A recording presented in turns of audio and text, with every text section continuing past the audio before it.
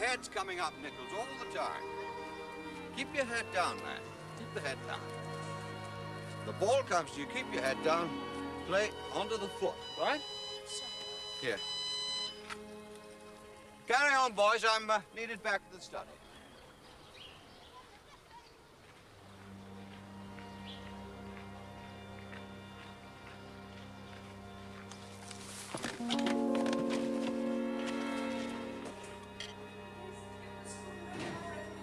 Splendid, splendid.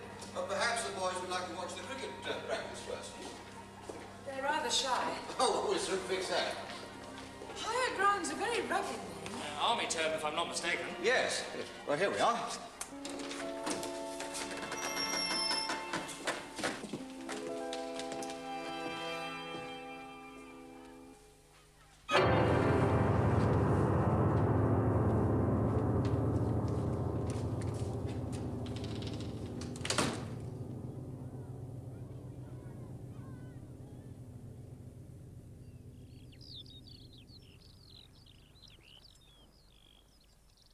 Same person, isn't it? Hmm?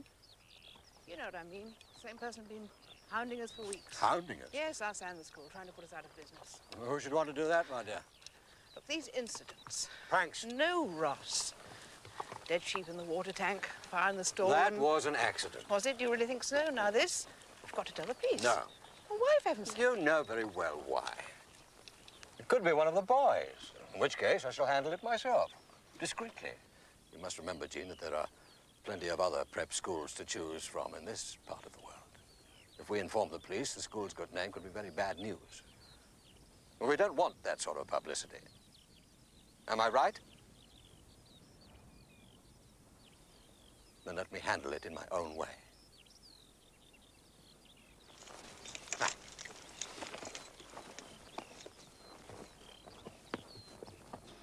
Try this. Oh, no. No, definitely. Look, no hat. It doesn't even fit. Yes, the hat. It's the Sam Spade image. Don, this is ridiculous. Don't be so coy, Eddie. It's perfect for our ad campaign. Phil here is our poster genius. We're going to plug you on the papers and on the buses. I look like something out of a B movie. We want to dramatize you, Eddie. Trust me. This will have the right impact. I'm a voice, not a celebrity. I need to preserve my anonymity. Don't worry. Even your best friend won't recognize you. Just try the hat for a couple of shots. Your car's waiting, Mrs. Satchley. Right. It's you, Sailor. You'll be a superstar. Goodbye, Don.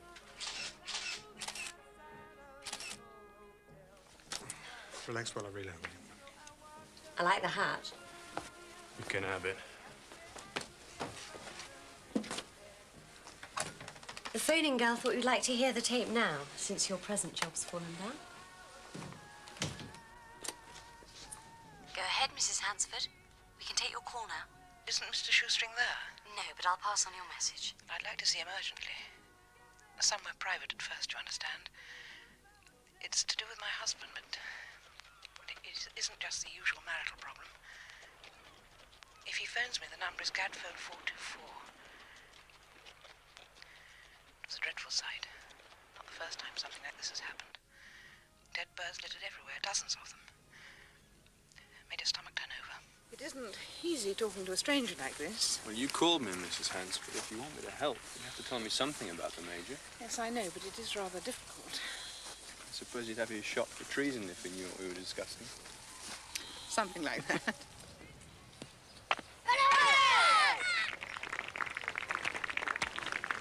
What about the members of staff? Oh, we're not a large school, Mr. Shoestring. We only have 3 other members besides the Major and myself. Mr. Wavell and Miss Blair, both nearing retirement. Mr. Mallet has been off sick for a month, just come back today. I hardly think any of them would be connected with a vendetta against my husband.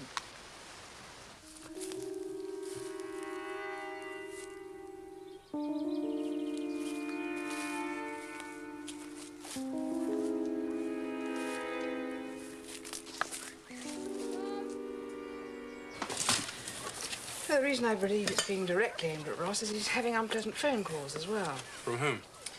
I don't know, he won't say, but they definitely upset him. He's not easily shaken. He's a very strong man inside. Reserved kind of a person, is he? If you mean, is he uncommunicative? Yes, I suppose he is. So you've no idea why anybody should be getting at him? None at all. I think I ought to explain that we married only 5 years ago. As you can guess, he's older than I am. He had a very full life before we met. Well, do you know anything about that? No, very little apart from odd reminiscences. His past isn't something he talks to me about. Most wives complain their husbands talk about nothing else. Ross joined the army as a boy. He served overseas a good deal. When did he come out? About 8 years ago. He was moved aside in the end for younger men, what he calls schoolboy officers. He was married and divorced too before we met. That's another thing he doesn't talk to me about. I wouldn't call that uncommunicative. I'd call it thoughtful. Whatever's happening, Mr. Shoestring, I don't want anything to happen to our lives.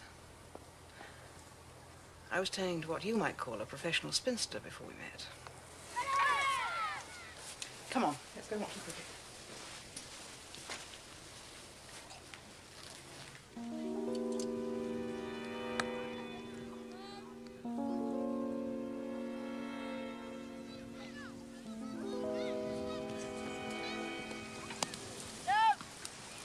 Enjoying the cricket? I hate cricket. It's too fast to follow. It makes me dizzy. Good chance to look things over, though, isn't it? What? Little schoolboys and overgrown ones? Just keep smiling, English Rose. We're thinking of sending our offspring to this place. I haven't got a ring. Don't be daft. You don't need one nowadays. We haven't got a child. He's 9 years old with your big eyes, my general good looks, charm, and intelligence. And does this mighty offspring have a name? Eddie Jr. Or if you prefer, you can call him Young Eric.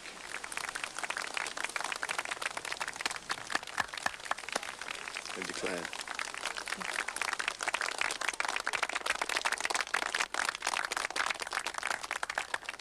Tea will now be served in the marquee. One thing I did overhear about your major. He believes implicitly in corporal punishment. He did a radio broadcast on the subject a couple of weeks ago. What's going on? What's happening? They live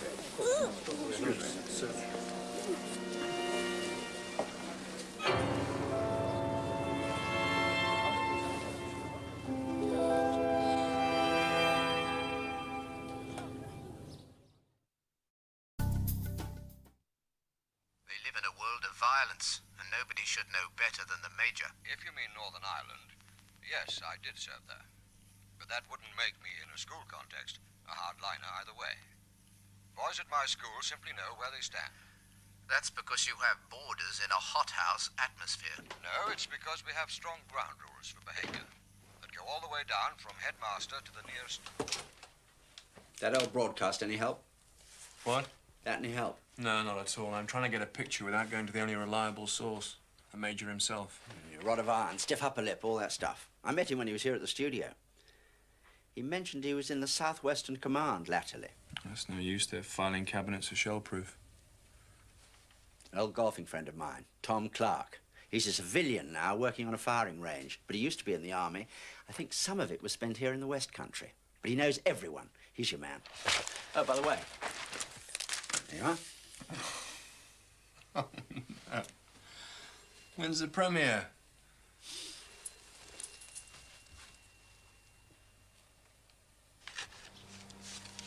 Thank you. You get everything at the market? Hmm? Everything that's needed? Or shall I go into town later? No, I got it all. What is it? The Woollands want to take their boys away. No explanation. Ross, come for a walk at lunchtime, along the river. We'll take a picnic lunch. No, I can't. I'm too busy. If you'll excuse me. Yes, of course. Paul! Paul! Paul! Paul! Is that it? Yeah. Do you want a drink? Right. So, you're the famous Eddie Shoestring. What can I do for you? Well, Don Satchley said you might be able to help me. It's a case I'm working on concerning a Major Hansford. Oh, You know him, do you? Oh, 3 years I served under him. That was enough for me. Tough, was he? He was one of those blokes who would have won medals if it had been a real war, you know what I mean? Being a peacetime soldier didn't suit him. He got all bitter and twisted. Me, I just served my time. Enjoyed myself when I could. It's not a bad life, really, you know. You sound like the advert. No, Major Hansford couldn't lead cavalry charges, so he took pleasure in all the detail and discipline. Lived and breathed the bloody army 24 hours a day. Mind you, his wife might have had something to do with that. Was that his first wife? Oh, he got married again, did he? Yeah. Yeah, he has. What were you going to say about the first one? Well, she was a nutcase. Yeah, famous for it. Batty Betty, the lads used to call her. She used to turn up at the barracks yelling at him. You know, she chopped up his dress blues into little pieces once. He showed me a camera one day. She'd been at it with a tin home. What was wrong with her, then? What was wrong with him, more like. Do you know, I reckon it was him that drove her nuts. In the end, well, he just left her when he was posted to Cyprus. What happened to her? Army bundled him out of married quarters straight after the divorce. I lost track when Hansford went off to Northern Ireland, and I heard she'd died. So you didn't go to Northern Ireland? Oh, yes, yes. For a short while, thank God. Anyway, what's your interest in the Major? Well, his wife seems to think that he might have made an enemy somewhere. Oh, does she? Well, in my day, anybody with less than 3 pips could have been the enemy, and that was only on our side. Well, he's out of all that now. Oh, yeah? He runs a boarding school. School? Well, I would have thought he'd have had enough of kids. He couldn't stand the recruits, you know. Scrawny little rabbits, he used to call them, and worse. Personally, I don't think he ever got over Betty taking the kid away. Kid? Yes. Yeah, little boy. Destined to be the model soldier of the British Army as far as Hansford was concerned. Yeah, Betty took the kid when they split up. Mind you, he'll be a young man now.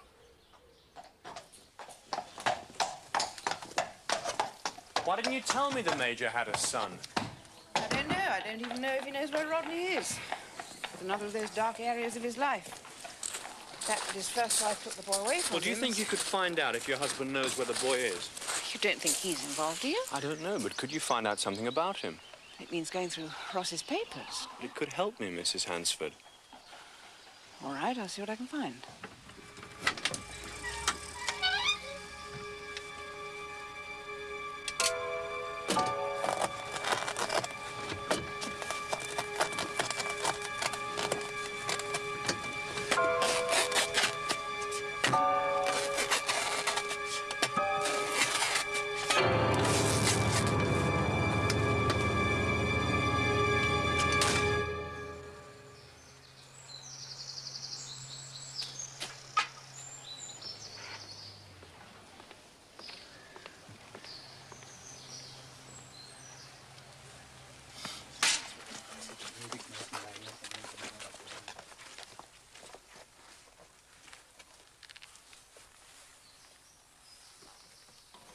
Afternoon.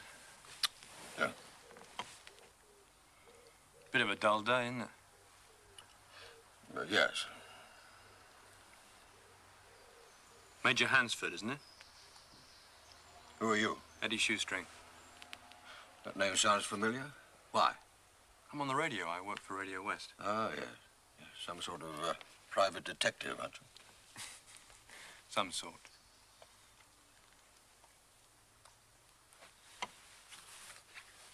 Do you chew?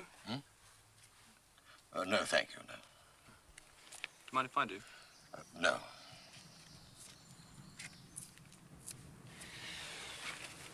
I wanted to talk to you.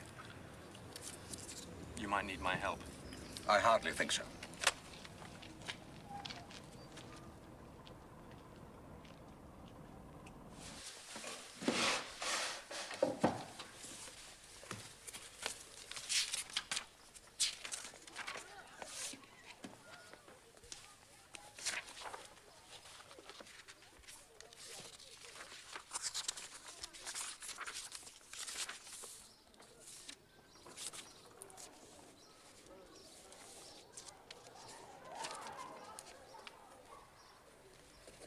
Whatever she talked about, she's mistaken. You're telling me that all those incidents at the school were a mistake? I was at the old boys' cricket match, Major. That was hardly a mistake. And your wife seems to think there's a threat behind them. Nonsense. I've lived through too much danger to be bothered by such stupid forms of psychological warfare. So you admit that somebody is waging a campaign? Kindly be on your way, Mr. Shoestring. Your wife thinks enough of you to be worried by it. Now, I'd take that as a compliment if I were you. Yes, but you're not me. And you're obviously prying. So let me tell you something about myself. I'm not the sort of man that issues warnings lightly. Or twice. And this is the first. So get yourself away from here and keep your nose out of my business. Once and for all. Is that understood? I was wondering what it was that drove your first wife round the bend. You're obviously not an easy man to live with, Major.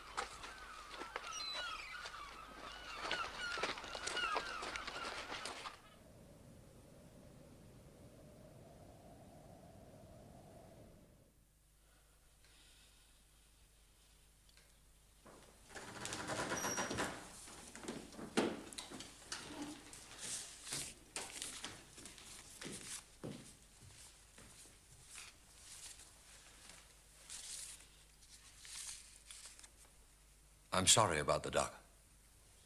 Sorry. However, that's another matter. What does concern me is this business of you contacting this radio detective. So you've met Mr. Shoestring? No doubt your intentions were good, even behind my back. But I thought we understood each other better than that. Not behind your back, Ross. I told him I didn't want you involved or upset in any way. Well, he's already dug up some stories about me. God knows from where. What sort of stories? Never mind. The important thing is he's got to be stopped. Do you want 30 years of barrackroom gossip raked up over me? I mean, is that what you damn well want? Of course it isn't. I was thinking of us. Then think properly next time.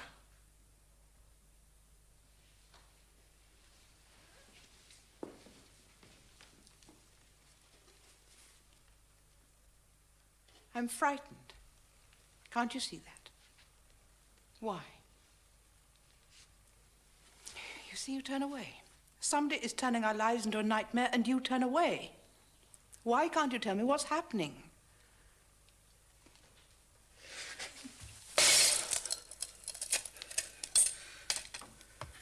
Because I can't.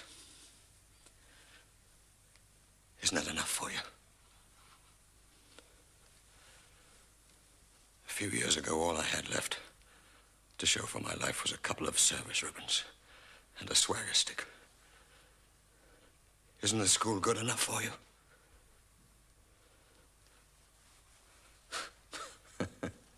Look at them. Look at them. Would you have married one of them? Passed over officers on retirement pay? Would that have suited you? You suited me. Can't you see that?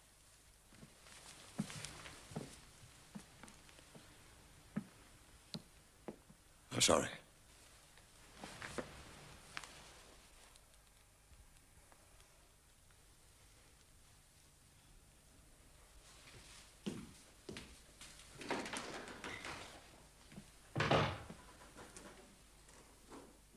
Of course, sir. You have every right to complain.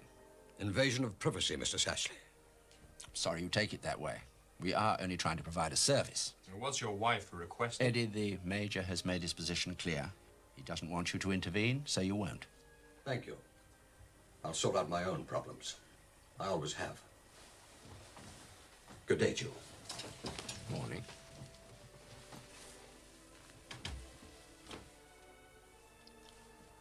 I'm on guard, Shoestring. So don't come prowling around the perimeter.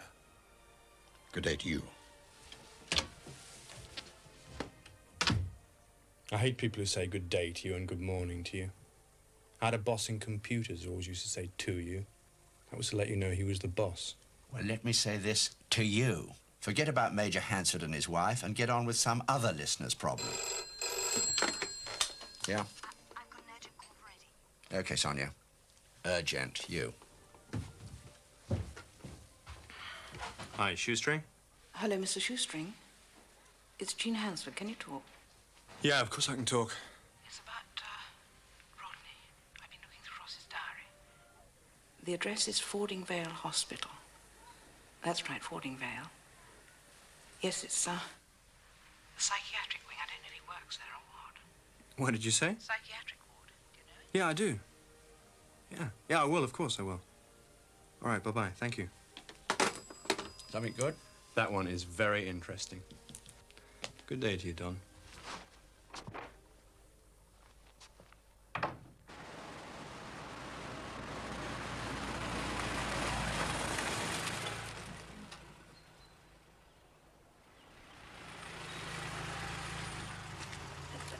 Why, hello, Mr. Shoestring. Nice to see you back again, sir. How are you, Frank? Oh, same as ever, sir. Come to see Dr. Fisher, have you? Yeah, how is he? Never did learn his 3 R's. Can't even pronounce one of them. Not even in his own name. Hey, Frank. I didn't forget, did I? Thank you, sir. God bless you. Wonderful to see you again. Really good. It's wonderful to see you.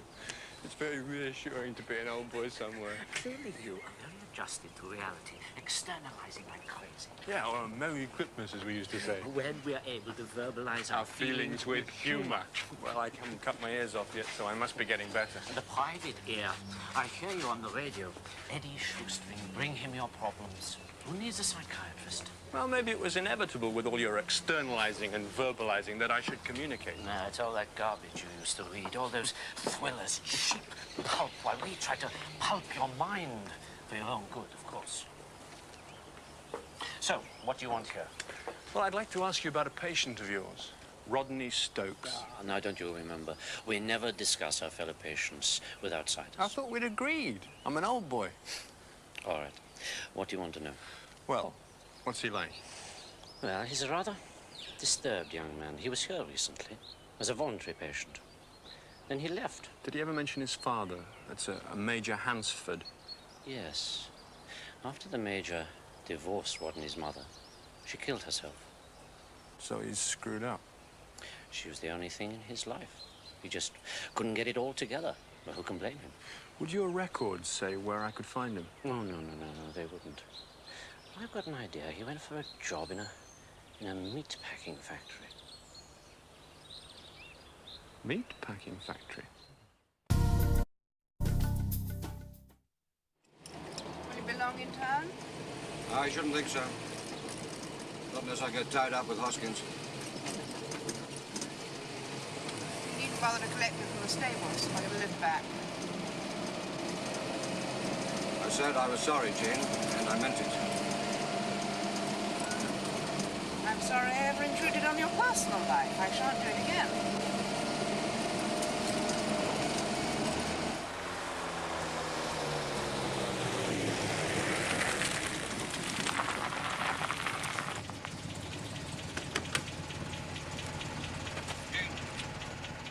I'll try and explain everything when I get back.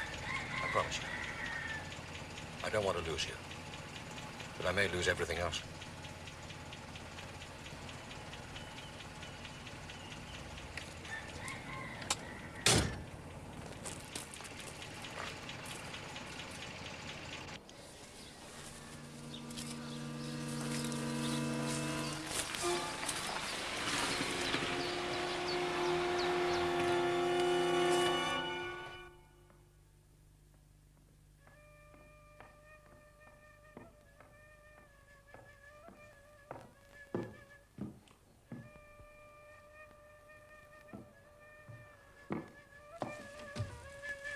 What are you doing to yourself? Sarvangasana. What? Sarvangasana. It's a shoulder stand. It sounds more like a curry. No news of your major's son? Well, Dr. Fisher's helped me out, but I must call Mrs. Hansford. I'm out of change. Can I use your phone? Go ahead. So you think he might have it in for his father? Sort of revenge for his mother? I don't know, but I don't want to start rattling the eggs too soon. I think you ought to tell the police, though. Really? Good morning. Can I speak to Mrs. Hansford, please? Has she? You don't happen to know where?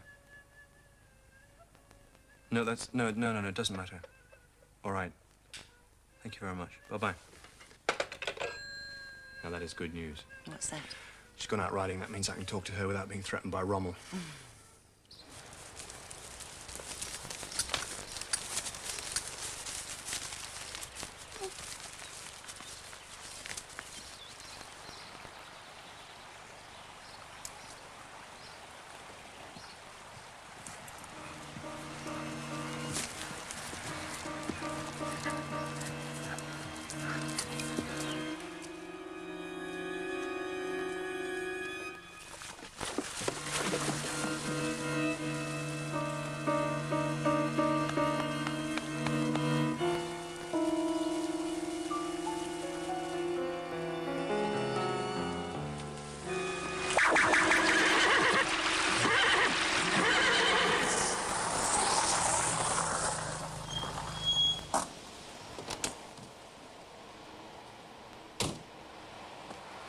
Where's Mrs. Hansford? She's been out a couple of hours. She shouldn't be long. Okay, I'll wait. But don't let me stop you working. Did you get paid for doing that? No, my father owns the stables. Do you ride? Only on buses. They haven't got all those hooves and teeth. Mind you, I can see its attractions. All that graceful flesh going where you tell it to. Yes, there is that to it. It's very stimulating. Sure it is.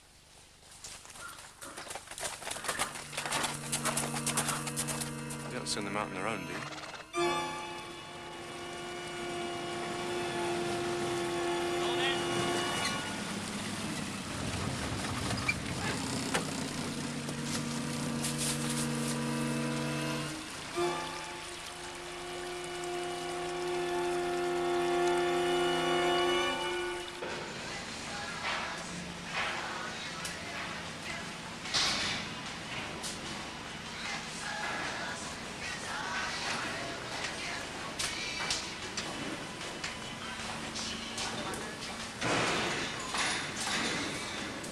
Excuse me.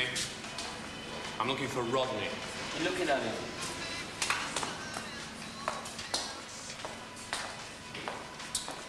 My name's Eddie. Dr. Fisher told me where to find you. He's a friend of mine. Friend? Well, I'm an ex-patient, like you. What do you want? Your day off yesterday, was it? Look, what is this? Did your father know where you work? My old man? Major Hansford. I don't know what you're talking about, mate. Yes, you do. You're Rodney Hansford. Okay, maybe I am. What's it to you? Your stepmother died yesterday. She fell off her horse. Look, I never met her. And I haven't seen my old man for years. I don't even know where he lives. Don't you? Look, are you a copper or something? No. But I'm investigating some things that have happened recently, some rather unpleasant things involving your father. Now his wife is dead. Oh, I see. And you think it was me? Well, to tell you the truth, I was going to slip out and knock off somebody yesterday. but I couldn't find the time. Do you want to check my fingernails for blood? Right, from henceforth blessed are the dead which die in the Lord. Even so, saith the Spirit, for they rest from their labours. Now unto the King eternal, immortal, invisible, the only wise God, be honour and glory for ever and ever. Amen. Amen.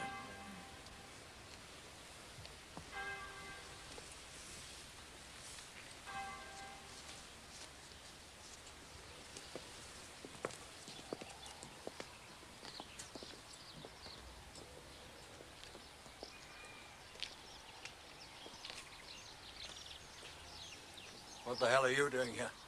I came to pay my respects. I did find her. And I'm sorry. Your sorrow doesn't interest me.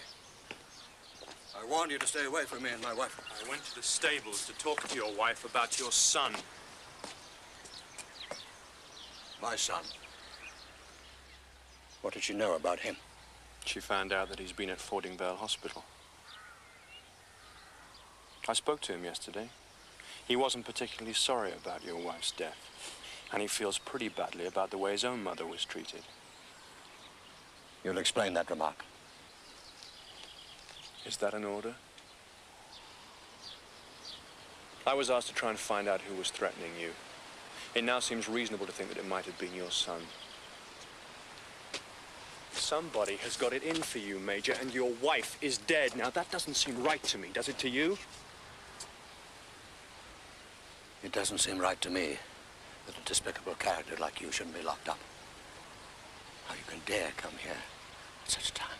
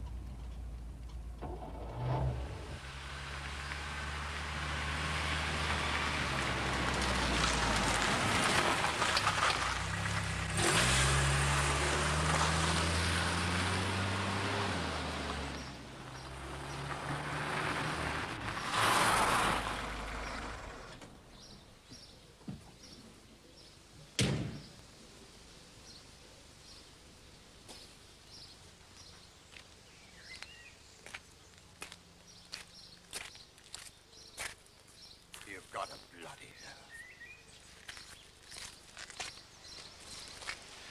You've got a son called Rodney who's skulking in these grounds, as he probably has done several times before. Look, I have just seen him in the road a few minutes ago.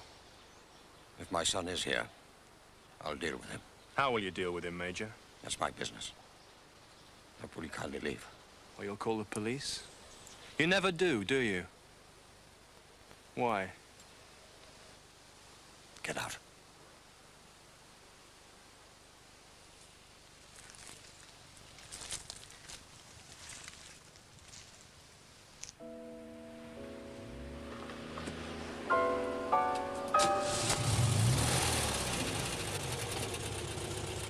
It was you, wasn't it? You mean at the school, yes. I thought you didn't know where your father lived. Planning another event, were you? Look, you've got it wrong about me, dead wrong. I just want to see him, speak with him, that's all. Don't ask me why, because I hate his guts. Well, did you see him? Well, come on, did you? Changed my mind. Chickened out, if you like.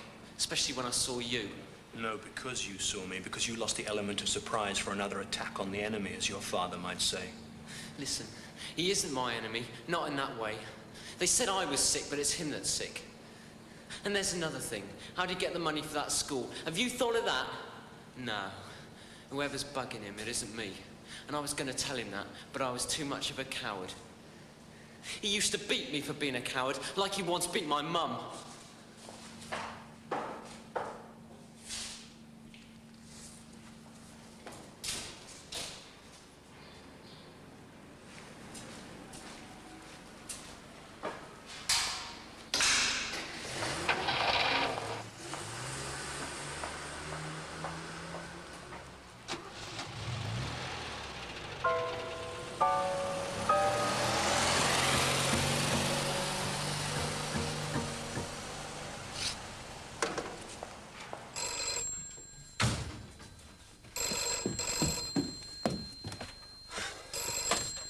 Hi, Shoestring. I got your home phone number from Radio West. It's urgent. Oh, what is? There's a guy following you. I recognised him. Who? He was in the army with my father. I knew it was him. Sergeant Curtis. What, you mean Bill Curtis? Oh, yes, yes, I can tell you a thing or two about him. Like what? A thoroughly bad lot was William Curtis. Mind you, he got what he deserved, I suppose, in the end. He used to cheat at cards, you know. Is that all? No, laddie, no. Not by a long chalk. No, friend Curtis was sent to prison. And he got chucked out of the army, you know. But the army's got his own prison. Glasshouse. Oh, yes, yes. But Curtis went to prison in Ireland, in the south. Yeah, it was about 1970, I think. He crossed over the border, you see, and robbed a bank. Got 12 years. Is there a phone round here? Yeah, there's one in the bar. Got 10p. Are you there? Sergeant William Peter Curtis served just over 8 years and was released in Dublin 3 months ago. He was reported entering Liverpool on the 4th of last month. What else? At his trial, Curtis gave no defence, no names of anyone else involved, and over £40,000 is still missing from the bank robbery. Yeah, I've got a feeling I know where that's gone. Look, I'll see you later.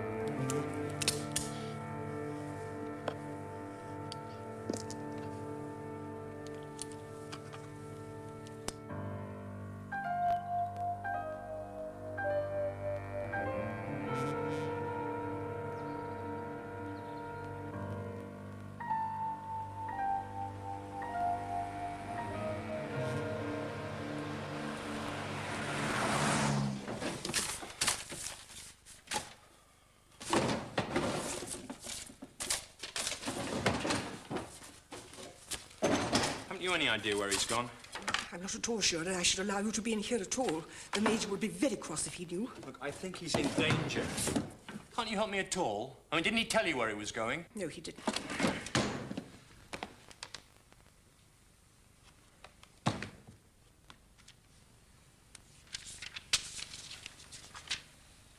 Where's Brockfield? Oh, it's about a mile away on the Compton Road. There's a big quarry there.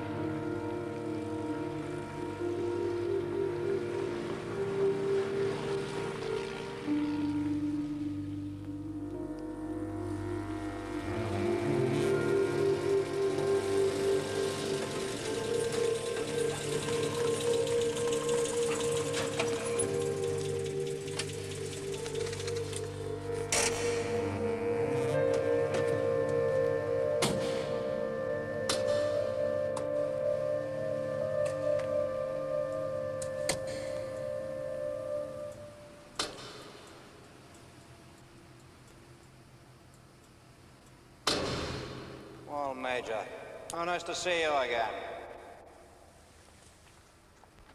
I've preferred enough answer, but these are more easy to come by. Prison doesn't seem to have done you any harm, sir. I had the right background for it, didn't I? You don't look bad yourself, sir. Why did you have to kill her? This is between you and me. It was only meant to be a fall. But you needed a lesson.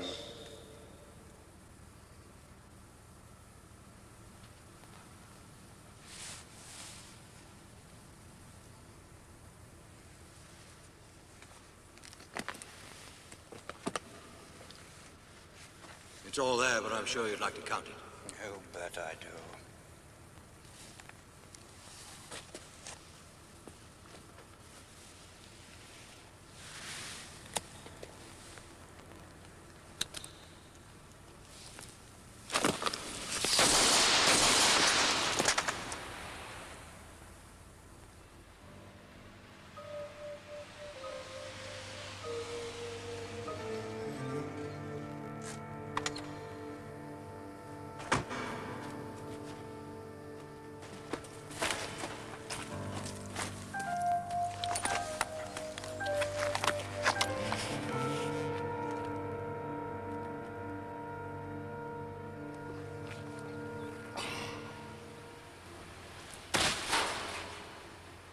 think it was worth it, Major? Killing him? Yes. He's not the first person you betrayed, is he? Save me the salmon, Mr. Shoestring. Curtis was quite willing to cross the border with me. He knew there were risks involved. He knew that I'd leave him if I had to, and I did. Then you refused to pay him when he came for his share. You're a real officer and a gentleman, Major. I wonder what the army did to deserve you. Do you? All right. Since you've been so painstaking, I'll tell you. I gave 30 years of my life to the army. I gave them everything. I gave them my allegiance, my faith, yes, and my love. But someone like you wouldn't understand that. And then when I was in my 40s, men like you came along and passed me by. College boys calling themselves soldiers. When I joined the army, we had an empire to defend. When I signed off, all I had to do was give orders for people to search prams in back alleys. So you made it up with robbery and murder? I decided to take what I needed. I had no desire to spend the end of my days locking up factory gates at night, swapping boring stories with other worn-out war horses. So I bought the school with that money. And I found a woman who was happy to share it with me. That was my higher ground. It's very touching, Major. But the law won't give you any medals. No one is going to arrest me. But this is the end of the case as far as you are concerned. Killing me isn't going to end it. No. You have a good reason for staying alive.